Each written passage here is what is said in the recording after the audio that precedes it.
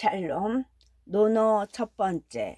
논어를 펴내며 고전이라는 말에 가장 적합한 책이 논어가 아닐까 한다. 논어보다 더 오래된 책은 역사상으로도 그리 많지 않을 정도로 오래된 책이자 긴 시간 동아시아뿐만 아니라 전 세계 수많은 독자들에게 사랑을 받아온 책이 바로 논어이다. 논어라는 고전이 가진 힘은 논어를 세월에 따라 읽어가면서 느끼게 된다. 거의 매해 논어를 읽는데 그때마다 감흥이 다르다. 분명 예전에 읽었을 때와 다른 해석을 하게 되고 다른 의미를 찾게 된다. 또 나의 주변 환경이 달라질 때마다 논어의 구절이 나에게 새로운 의미로 다가오기도 한다. 결혼을 하고 나서 읽을 때, 부모가 되어서 읽을 때, 그 전에는 그게 와 닿지 않았던 구절들이 절절하게 다가오는 체험을 했다. 논어가 꼭 효도를 강조해서 그런 것만은 아니다. 자식일 때는 효도의 의미에 대해서 깊이 이해할 수 있었다면 부모가 되어서는 자식과 부모의 입장을 둘 다 공감할 수 있기 때문에 이해의 폭이 더 넓어진다. 내밀한 독서 영역에서의 감흥을 넘어서 논어라는 책은 나의 인생의 방향을 크게 바꾸어 놓았다. 처음 철학과에 입학했을 때에는 서양 철학에 흥미를 가지고 열심히 공부했다. 그러다 3학년이 되어 듣게 된 논어 수업에서 큰 지적인 충격을 받았다. 논어를 원문으로 직접 읽어보니 그동안 내가 귀동냥으로 알고 있던 유가사상, 공자와 그 실상은 크게 달랐다. 공자는 생각보다 훨씬 더 유연한 사고의 소유자였고 개혁적인 인물이었다. 나는 유학, 유생, 공자를 고루함의 상징으로 이해했었던 것 같다. 논어의 매 구절을 읽으면서 크게 감동했다. 특히 당시에는 인간관계의 갈등에 대해 고민과 생각이 많았던 터라서 공자의 가르침은 매우 적합한 처방전처럼 느껴지기도 했다. 논어의 매력에 빠진 나는 곧 동양 철학을 전공으로 공부하겠다는 다짐을 했다. 동양 철학을 전공으로 공부한 탓에 주변 사람들이 책을 추천해 달라고 하는 경우가 종종 있다. 나는 그때마다 주저없이 논어를 추천한다. 그 많은 논어 중에 특정 책을 꼬집어 추천해달라고 하면 주저하게 된다. 누구라도 쉽게 읽을 수 있는 또 정확하게 이해할 수 있도록 해설이 친절한 책을 단 한 권만 고르기는 쉽지 않다. 책이 상세해질수록 어려워지기 때문에 읽기 쉬움과 상세함 사이의 줄타기에서 오묘한 중용을 택하야만 두 마리 토끼를 잡을 수 있는 것이다. 언젠가 논어를 번역할 기회가 오면 내가 생각하는 이상적인 균형의 논어를 써보고 싶다는 생각을 품어왔다. 논어 번역은 내 스스로 굉장히 영광스러운 일이다. 가장 좋아하는 책이기도 하고 내 일생을 크게 바꾼 책이기 때문이다. 그만큼 큰 영광은 부담으로 작용하기도 했다. 이번 논어 번역을 마치기까지 내 자신의 한계를 크게 느꼈다. 지적인 깊이와 넓이의 한계에서 오는 좌절감도 맛보았지만 또 내가 가진 학문적인 장점이나 개성을 발견하고 발휘할 수 있는 계기도 되었다고 생각한다. 다소 부족한 자질에도 불구하고 논어를 번역하는 일을 한결 수월하게 진행할 수 있었던 것은 앞서간 선배 학자들의 학술 성과들이 있었기 때문이다. 일일이 다 거론할 수 없지만 건후에 실린 참고 문헌 목록 외에도 수많은 번역서, 논문, 연구서들이 알게 모르게 이번 논어 번역과 해설에 큰 도움이 되었다. 많은 선배님들에게 진심으로 감사드린다. 논어를 번역하기까지 많은 선생님들, 선배들, 동학들에게 큰 배움을 얻었다. 그리고 이 책이 나오기까지 기획, 편집, 디자인, 마케팅 등 여러 방면에서 애쓰신 출판사들께 깊은 감사를 전한다. 2020년 12월 옴기니 오세진 적다. 성묘사전 도고 지성선사 공자상. 지성선사 공자상은 판화로 공자의 모습을 묘사했는데 판화 속에 공자는 진한 눈썹과 풍부한 덕수염에 관복을 입고 단정한 차림새에 호를 손에 쥐고 정죄하고 있다.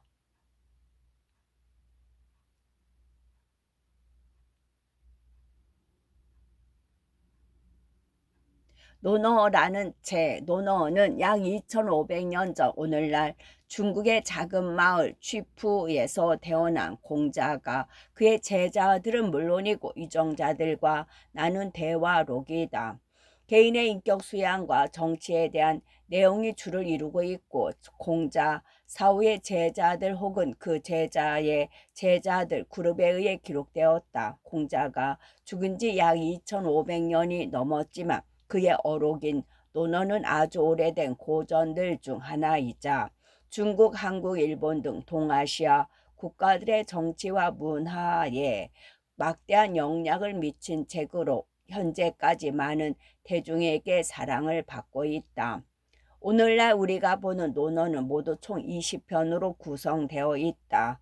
논어의 체제는 처음부터 그랬을까? 이러한 체제는 언제 만들어졌을까?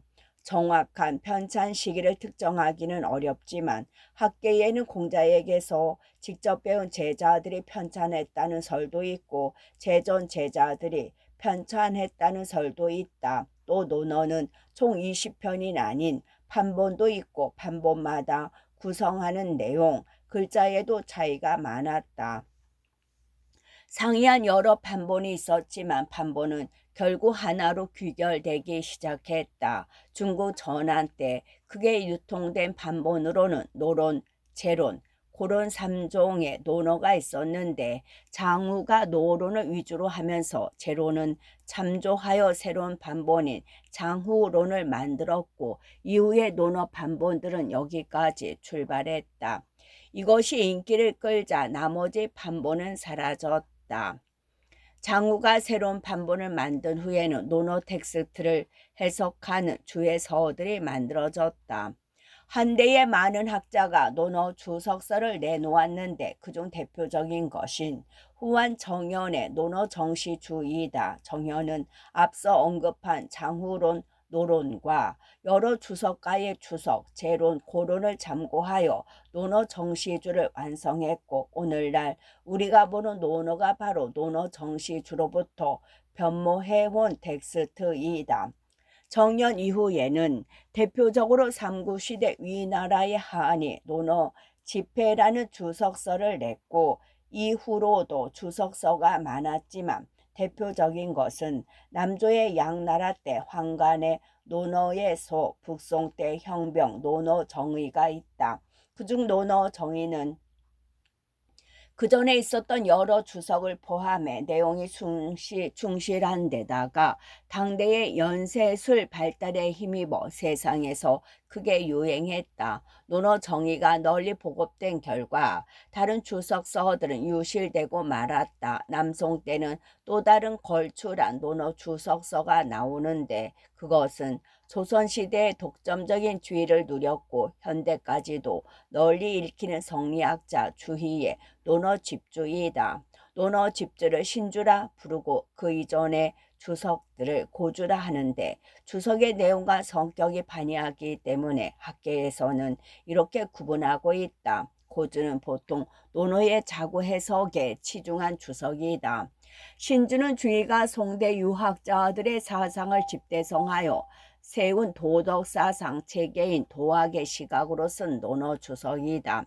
남송 말에 와서는 소흥 연간의 국가편찬 사업으로 13개 주요 경전에 대한 주석을 모아서 13경 주소라는 일련의 전설을 간양했다. 이 시리즈의 일부로 편찬된 논어 주소는 앞서 논한 하은의 논어 집회와 그에 대한 주석을 담은 형병의 논어 정의를 합본한 책이다. 이 역서 또한 논어 고주라 불리는 논어 주소의 주석들을 주로 참고하여 번역하였다. 공자는 누구인가? 공자는 기원전 551년에 태어나 기원전 479년 생을 마감했다. 72년이라는 삶을 산 공자는 당시로는 꽤 장수한 편인데 공자의 생몰년에 대서는 학계에 논쟁이 있지만 사기를 근거로 한 이 연대가 대체적으로 인정된다. 공자가 변한 곳은 노나라 주읍인데 오늘날 상둥성 취푸 인근이다. 공자의 출생에 대해서는 66세였던 주읍 사람 숭량훌과 15세였던 어머니 안징제가 야합하여 공자를 낳았다는 설이 있지만 역시 진위에 대한 논쟁이 있다. 공자의 가족에 대해서는 논어를 보면 형의 딸, 부인, 아들과 딸이 있었던 것으로 보이지만 논어에 나오는 아들 리 말고 다른 가족에 대한 구체적인 기록은 없다. 공자의 집안은 그리 유복하지 않았고 사회적으로 지위가 낮았던 것으로 보인다. 다만 음악과 궁수를 배울 수 있을 정도의 여력은 있는 집안이었다. 즉 농업이나 수공업에 종사하지는 않았으며 몰락한 귀족 집안 정도로 추론해 볼 수 있다. 송나라의 귀족 집안이 몰락하여 노나라로 넘어왔다는 설도 있다. 공자는 큰 정치적 야망을 품고 있었다. 정치로 더 나은 세상을 이룩할 수 있다고 보았고 자신이 지속적이고 탁월한 정치 질서를 이룩할 비전과 능력을 갖추고 있다고 자부했다. 공자가 살았던 춘추 시대에는 주나라 아래에 있는 각 제국들이 패권을 차지하기 위해 권무술수와 전쟁을 일삼았는데 공자는 이런 형태를 비판했다. 공자는 예와 음악을 써서 정치할 것과 임금의 훌륭한 인격으로 사람을 감화하는 교화를 통한 통치를 할 것을 주장했는데 공자의 이러한 정치 솔루션은 강대국이 되어 여러 제후 앞에서 군림하고자 하는 야욕을 품고 있던 임금들에게 매력적으로 다가올 리가 없었다. 현실 정치에 참여하길 원했지만 그러기 위해 약간은 필요할지도 모를 아첨을 공자는 매우 혐오했다. 권력자에게 정치적 조언을 줄 수 있는 중요한 자리에 임용될 것을 열망했지만 자신의 주군이 될지도 모를 사람에게 아첨하기는커녕 잘못된 점과 비도덕적인 부분을 비판했다. 당시에는 임금에게 찾아가 설득력 있게 자신의 정치적 비전과 정책을 제시하여 중용되는 경우도 적지 않았지만 공자는 이렇게 말재주가 좋은 사람들도 미워했다. 현실 정치인으로서의 수완 면에서 공자는 그리 뛰어나지 못했고 오히려 그의 제자들이 스승보다 나았다. 제자 중에 자공은 정치적 수완뿐 아니라 실무 능력도 좋아서 사회적으로 공자보다 더 출세할 수 있었다. 공자는 중요한 관직을 얻어서 현실 정치에 참여하길 원했지만 직원을 가리지 않는 정직한 전성과 아첨할 줄 모르는 고매한 인격으로 임금을 모실 기회를 얻지 못했다. 정치적 주의를 얻는 데에 빈번히 실패한 그는 학문 연구와 제자 교육에 열중했다. 그는 당시에 학식이 뛰어난 사람 중 하나였지만 방대한 분량의 책을 읽는 것은 아니다. 공자가 살았던 춘추 시대에 만들어진 저작이 그리 많지 않았고 또 당시 저술은 죽간이라는 길쭉한 대나무 조각에 쓰여서 접근성이 높지 않았기 때문이다. 그럼에도 공자는 오늘날 시경이라고 불리는 책에 들어갈 시들을 연구하고 체제를 정리하는 작업을 했고 의뢰에 관해 깊이 연구한 것으로 알려져 있다. 교사로서 공자는 매우 엄한 편이었다. 공자는 제자들에게 근면히 배우고 배운 것을 재빨리 실천에 옮기라고 다구쳤다. 하지만 기대에 부응하지 못하고 게으름을 피우는 제자들을 공자는 매우 신랄하게 꾸짖었다. 또한 제자들의 행동이나 생각에 잘못된 부분이 있다고 판단되면 조롱하거나 풍자하여 그들에게 수치심을 주고 스스로 반성하게 했다. 공자가 시경을 편찬했다는 것은 사기 공자세가의 기록에 근거한 것이지만 후대의 많은 학자는 공자의 시경 편찬서를 의심한다. 하지만 공자가 현재 남아있는 시경의 체제를 정리하는 일에 깊이 관여했다는 사실은 인정한다. 공자는 교사로서 매우 엄격하긴 했어도 교육받을 기회를 누구에게나 제공한 스승이었다. 문호를 활짝 열고 배우려는 열정과 성의가 있는 젊은이들을 제자로 받아주었으며 출신과 빈부에 따라 차별 대우도 하지 않았다. 물론 재능이 탁월하게 뛰어나고 근면한 제자들에게 더 애정을 두긴 했다. 공자에게 학생들이 몰린 이유는 무엇일까? 첫 번째는 그의 인격이 감동을 주었기 때문이다. 그는 모든 사람에게 호감을 사는 사람은 아니었고 그런 것을 추구하지도 않았지만 확실히 사람을 끄는 매력이 있었다. 논어를 읽어보면 인간 공자의 매력을 누구라도 느낄 수 있을 것이다. 두 번째는 그의 제자가 되는 것이 젊은 정치 지망생들에게 관직을 얻는 좋은 통로로 여겨졌기 때문이다. 공자의 제자 중에 정치 영역에서 꽤 성공적이었던 자공 염구가 공자의 명성을 높였다. 논어에는 정치란 무엇인가? 라는 질문을 던지는 제자들이 다수 등장한다. 그들 중 일부는 관직을 얻으려는 목적으로 공자에게 배웠고 결과적으로 상당수가 꽤 높은 관직을 얻을 수 있었다. 공자는 자신의 정치적 이상을 실현하기 위해 섬길 주군을 찾아 가까운 제자들을 몇몇을 대동하고 전화를 떠돌았다. 결국 마땅한 주군을 만나지 못하고 떠돌이 생활을 하다가 13년째 되던 해에 고향 노나라의 권력 실세인 귀족 계장자가 공자에게 사람을 보내어 공자의 귀국을 정했다. 노나라를 떠나 여러 나라를 다니다 노나라 사람인 공자는 자국의 정치에 참여하여 정치 개혁을 하고자 하였으나 여러 차례 벽에 부딪혔다. 공자의 정치적 비전이 지나치게 이상적이라고 생각한 탓인지 위정자들은 공자에게 와서 정치와 덕성에 대해 묻기는 해도 중요 관직에 등용하지는 않았다.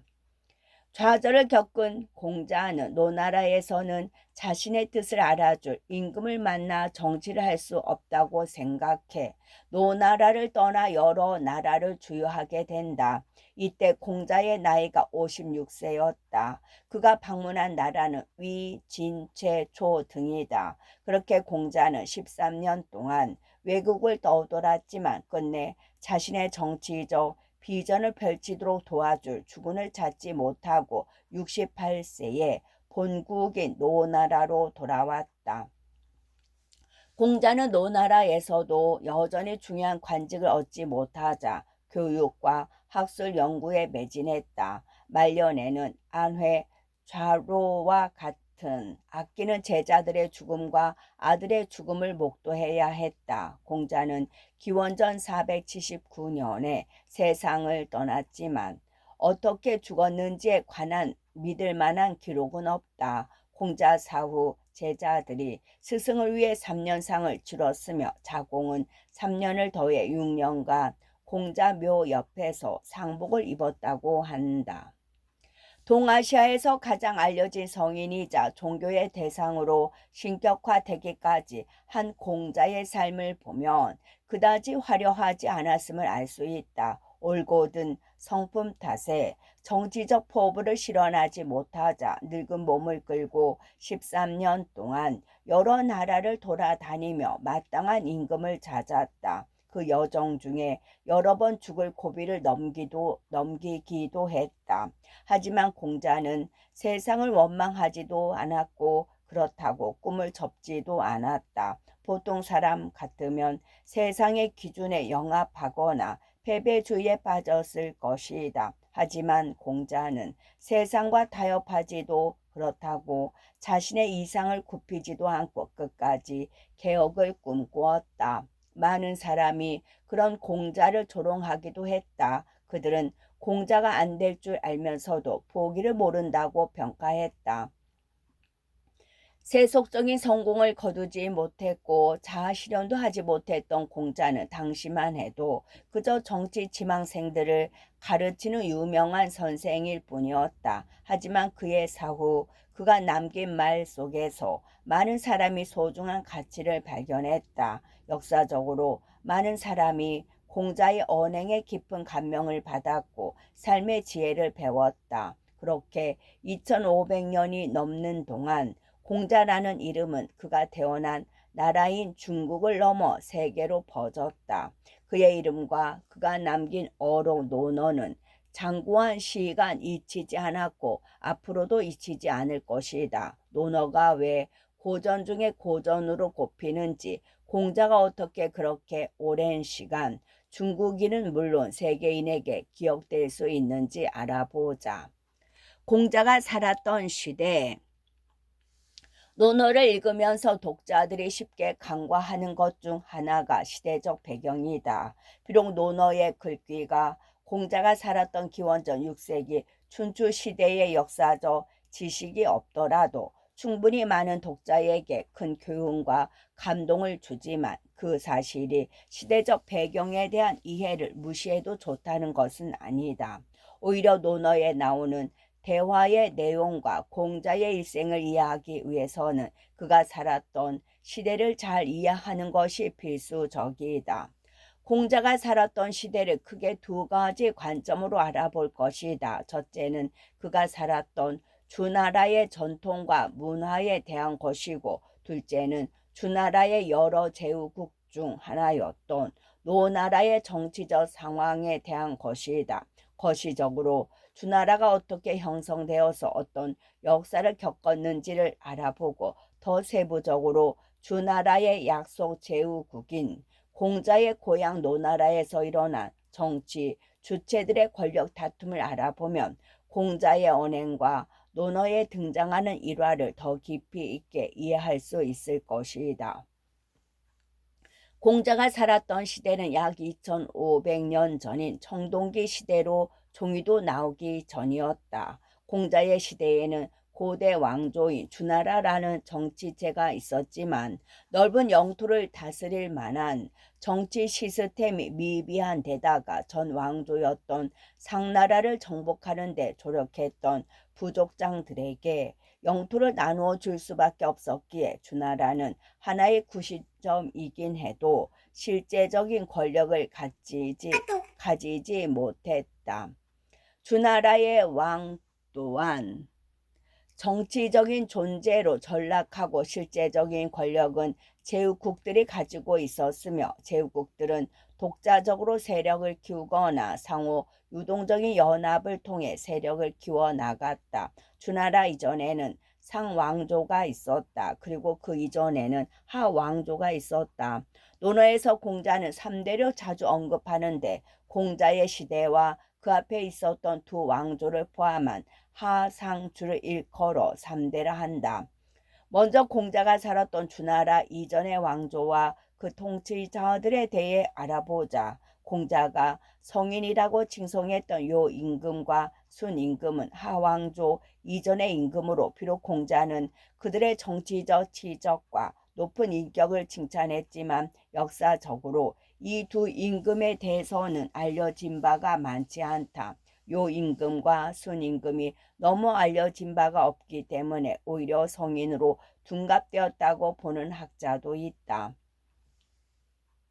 이 두 임금의 훌륭한 점으로 꼽히는 것이 바로 왕위 선양이다. 나라를 자식에게 물려준 것이 아니라 능력이 있는 사람을 간택하여 물려주는 것을 선양이라고 한다. 요 임금은 순임금에게 왕위를 물려주었고, 순임금은 자신의 신하였던 우에게 왕위를 넘겨주었다. 농업이 생산의 근간이던 당시 중국에서는 홍수가 빈번하게 일어났으므로 강의 범람을 막고 관계를 개선하는 것이 큰 국정 과제였다. 하지만 성인이라는 요임금과 순임금조차 이 문제를 해결하지 못했고 이는 나라의 큰 문제거리였다. 결국 우라는 순임금의 신하가 나라의 치수의 업적을 세우며 그 능력을 인정받아 왕위를 물려받을 수 있었다고 전한다. 우왕 통치 이후에는 그 아들 계에게 왕위가 계승되었고 그가 중국 최초의 왕조인 하를 세웠다. 반쯤 전설적 왕조인 하 왕조에 대해서는 알려진 것이 별로 없고 하의 마지막 왕이 될 운명이었던 무도한 폭군 걸왕 이야기가 전할 뿐이다. 걸왕은 애천 말휘에게 빠져서 국정을 등한시했고 주색을 탐하며 흥청망청 지냈다. 당시 제후국 중 하나였던 상의 성탕은 명제상 이윤의 도움을 받아 걸왕을 공격하여 하왕조를 멸망시키고 상왕조를 열었다. 실제적인 역사 시기에 속하는 상왕조의 흥망성쇠도 하왕조와 크게 다르지 않았다. 상왕조의 마지막 왕으로 기록된 주왕 또한 포악한 군주였다. 그는 애첩 달기에게 빠져서 국정을 돌보지 않고 수레저러 지냈다. 자신의 숙부이자 신하였던 비간이 자주 간언을 하자 염증을 느낀 주왕은 성인의 심장에는 구멍이 17개가 있다고 하던데 한번 열어보자 라고 하면서 그의 심장을 갈라서 죽이는 반인륜적인 행위도 서슴없이 행했다. 이와 같은 무도한 국군을 제거하고 백성을 도탄에서 구하기 위해 천명을 받은 주나라 문왕의 아들 무왕이 주왕을 공격하여 상왕조를 멸망시키고 주왕조를 세웠다. 호경 오늘날의 시안 근방을 도읍으로 했던 주왕조는 서북쪽의 침략자들을 피해 동쪽으로 가 오늘날의 러왕으로 전도하였는데 이를 기점으로 앞 시기를 서주시기, 뒤 시기를 동주시기라고 한다. 이르고 이 동주 시기는 춘추 시기와 전국 시기로 나뉜다. 공자가 살았던 시기가 동주 시기 중 춘추 시기 후기이다. 춘추 시기에는 크게 두 가지 위험이 있었다. 하나는 주나라 밖의 적인 오랑캐의 침략이고 다른 하나는 주나라의 제후국들이 패권을 차지하기 위한 전쟁이었다. 주나라 밖에서는 동서남북에서 오랑캐들이 위협을 가하고 있었다. 이들은 중국 문화를 따르지 않는 부족으로 언제든지 변경에 위치한 제후국을 침략하여 약탈을 자행하거나 영토를 병합했다. 춘추 시기의 주나라는 상징적인 권력일 뿐이었고 제후들이 세력을 키워서 동맹을 맺고 가장 강력한 제후에게 패라는 칭호를 주었다. 그렇게 주나라의 제후국들은 내부적으로 패권을 차지하기 위해 동맹을 맺거나 전쟁을 벌였다. 당시 강대국으로 패권을 다투는 나라는 남방의 초나라, 서쪽의 진나라, 오늘날의 산시성 근방에 있던 진나라, 오늘날의 상둥성에 있던 제나라였다. 공자의 고향 노나라는 제나라 밑에 있던 약소국이었다. 이제는 노나라의 국내 정치에 대해 알아보자. 공자가 실질적으로 맞닥뜨려야 했던 현실은 노나라 국내 정치 상황이었다. 공자가 고향 노나라를 떠나 56세라는 나이에 늙은 몸을 끌고 다른 제후국을 돌아다니며 자신의 정치적 이상을 실험할 군주를 찾은 것도 당시 국내 정치에 대한 실망에서 비롯한 것이었다. 노나라뿐만 아니라 모든 제후국은 주나라 왕에게 조회하러 가고 충심으로 섬기도록 되어 있었지만 주나라는 점차 실질적인 권력을 잃었다. 제후국들 간의 관계는 초기에는 협력하다가 점차 반목하게 되었고 마침내 영토를 차지하기 위한 전쟁을 일삼았다. 그러다가 이제는 주나라의 권위에 도전하는 하극상도 일어났다. 그런 하극상은 제후국 내부에서도 똑같이 일어났다. 제후국 군주에게도 귀족이자 신하였던 유력 가문들이 있었다. 이들 가문들은 세력을 키우는 전쟁을 하면서 제후에게 위협적인 존재로 부상했다. 그러다 어느 순간에는 주군을 허수아비로 만들고 자신의 권력을 마음대로 휘두르게 되었다. 논어에 자주 등장하는 삼가가 바로 이런 새 유력 귀족 가문을 말한다. 삼가는 맹손씨, 숙손씨, 개손씨라 가르키는데 원래 노나라 황공의 아들들이 갈라져 나와서 형성된 가문이기에 사만이라 불리며 이 중에서 개손씨가 가장 세력이 강했다.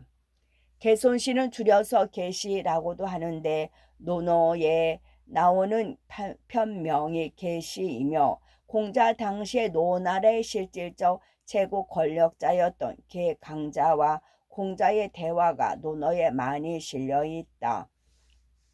세습으로 고위 관직을 맡아온 귀족 가문 밑에는 그들을 섬기는 신하인 가신이 있었다. 삼가가 제후를 대신하여 막강한 권력을 휘두르기에 이들 가신들의 정치적 권한도 걷는데 가신들 역시 자신들의 주군에게 반기를 들고 주군을 잡아 가두거나 지역을 점거하여 반란을 일으키는 일이 잦았다. 논어에는 계시의 가신이었다가 반란을 일으킨 양화와 공산불교의 이야기가 나온다. 이런 하극상과 각종 반란 사건은 비단 노나라에서만 일어난 것이 아니라 거의 대부분 제후국에서 벌어지던 일이었다. 춘추시대에는 주나라 왕조를 섬기던 제후국들 간에 패권을 차지하기 위한 전쟁이 빈번히 일어났고 그 과정에서 권모술수와 비윤리적인 일들과 잔혹한 폭력이 횡행하였다. 대외적인 혼란뿐만이 아니라 제후국 내부에서도 권력을 찬탈하려는 귀족 가문들의 혈투와 신하들의 모반이 끊이지 않았다. 그러한 가운데 난무한 폭력, 속임수, 상호 불신으로 고통받는 사람들은 대부분 힘없는 백성이었다. 권력을 거머쥔 고위 정치인들은 피지배층인 백성의 생명을 파리 목숨쯤으로 여기고 학대했으며 자신들은 사치스러운 생활을 영위했다. 백성은 전쟁에 끌려가거나 나라의 노동력으로 징발되거나 가혹한 세금에 늘 노출되어 있었다. 대내외로 무질서하고 폭력이 자행되는 세상 속에서 공자의 발언들은 다소 위태로운 것이었다. 권력과 부가 없었던 공자는 어떤 면에서 지나치게 용감하고 위험을 감수하는 삶을 살았던 것이다. 공자는 하층민을 대변하여 위정자들에게 거침없이 쓴소리를 했다. 그들의 비윤리적인 행위와 실정을 강하게 비판했다. 공자는 정치적 지위를 얻어 자신의 정치적 비전을 실현하고자 위정자들을 만났으나 그들은 공자의 말을 듣기는 해도 그를 중용하지는 않았다. 실망과 좌절 끝에 공자는 노나라를 떠나 자신의 뜻을 펼 수 있도록 도울 주군을 찾아 나섰다. 공자가 살았던 주나라의 역사와 그중 하나의 제국이었던 공자의 고향 노나라에 대해 알아보았다. 당시의 현실 정치와 백성의 삶을 이해한다면 논어에서 공자가 보인 말과 행동의 개혁적 성격을 더 깊이 이해할 수 있을 것이다. 논어는 한반도에 언제 처음 들어왔을까? 논어는 언제 처음으로 한반도에 들어왔을까? 정확한 시기는 분명하지 않지만 문헌에 따르면 늦어도 3세기 중엽 삼국시대로 추정된다. 하지만 이보다 먼저 한반도에 논어라는 텍스트가 유입된 증거가 나왔다. 종이가 발견되어 기록물로 쓰이기 이전에 논어는 주간이라고 하는 길쭉한 대나무 조각에 쓰고 그것을 엮어 연결하여 독자들에게 읽혔는데 한반도 땅에서 그 주간이 발견된 것이다. 바로 북한 평양 낭랑 구역 통일거리 건설 현장에서 발견된 무덤에서 논어 주간 120매 내외가 출토되었고 연대는 기원전 45년으로 알려졌다. 한반도에서는 나무에 쓰인 논어 출토 자료가 총 3차례 나왔다. 위에서 언급한 평양 출토 논어 주간 외에 김해시 봉황도에서 인천시 계양산성에서 목간이 각각 발견되었다. 두 목간은 대략 4, 7세기, 4에서 7세기에 제작된 것으로 알려졌고 대나무가 아닌 목재를 이용하여 나무 기둥을 4~5면으로 깎아서 만들어진 것이다. 이 4~5면에 모두 논어의 내용이 쓰여 있었다. 이 두 목간의 제작 연대는 이미 종이를 사용하여 서적을 편찬하던 시기였기에 해당 목간은 독서가 아닌 특별한 용도로 만들어진 것이었다. 이런 점에서 평양 출토 논어는 시기 면에서나 재료 면에서 이 두 목간 논어와 차이가 있다.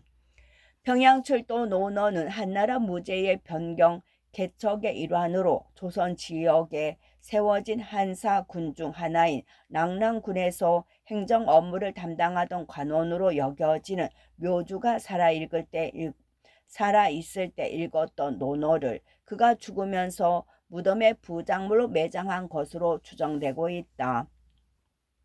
발견된 주간에는 논어 선진편, 안연편의 일부 내용이 적혀 있었다. 평양에서 출토된 논어는 개인이 가지고 있던 독서용이었고 그것이 보편적인 문화의 전례로 보기는 어렵다. 중국에서 한자 유학과 함께 논어가 한반도의 나라에 전래된 것은 3세기 중엽으로 본다. 고구려의 오경사기 옥편 등의 서적과 함께 유학과 한자가 들어왔지만 논어를 중시한 나라는 백제였다. 일본의 고대 신화와 고대사를 담고 있는 문헌 고지키 오진천왕조의 기록에 따르면 4세기경 백제 근초 고왕 때 왕인이 논어 10권과 천자문 1권을 일본으로 가져왔다고 전한다. 그 다음으로는 신라에서는 신문왕 2년에 국학을 설치하고 논어를 필수 과목 중 하나로 지정하였다. 고려시대 와서는 왕실에서 논어를 중시하는 모습을 보였다. 왕실에서 직접 서적을 간행하여 하사하거나 논어를 마을 어린 아이들에게 나누어 주는 등 대중화하려는 움직임을 보이기도 했다. 고려 말에는 주자의 논어 주석서인 논어 집주가 들어와 간행되고 4대 부들에게 널리 읽히기 시작했다. 조선시대에는 논어가 그 어느 때보다 더 중요한 서적이 되었다. 주자학을 국가의 통치 이념으로 삼은 조선에서는 논어가 공무원 선발 시험인 과거의 한 과목이 되었기 때문이다. 조선의 식자들에게 논어라는 책은 관직에 나아가기 위하여 꼭 숙독해야 하는 책이면서 동시에 유학자로서 읽어야 할 가장 기본적이고도 중추적인 텍스트이기도 했다. 이토록 4대 부들에게 매우 중요해진 이 텍스트를 조선의 많은 유학자들은 각자의 방식으로 해석하고 각기 상이한 해석들을 내놓았다. 물론 주자학을 중심으로 하는 해석들이 대다수였지만 그럼에도 불구하고 주자학의 굴레를 벗어나는 해석들도 없지 않았다. 논어에 대한 주석서로 조선시대에 처음 나온 것은 김인존의 논어신어인데 현재 전하지 않고 현존하는 조선의 첫 주석서는 16세기에 나온 태계 이황의 논어석이다. 17세기로 넘어오면 태계의 해석을 비판하는 해석을 하면서 동시에 주자의 해석을 집요하게 고집하는 논어 주석이 나오기 시작했다. 끝.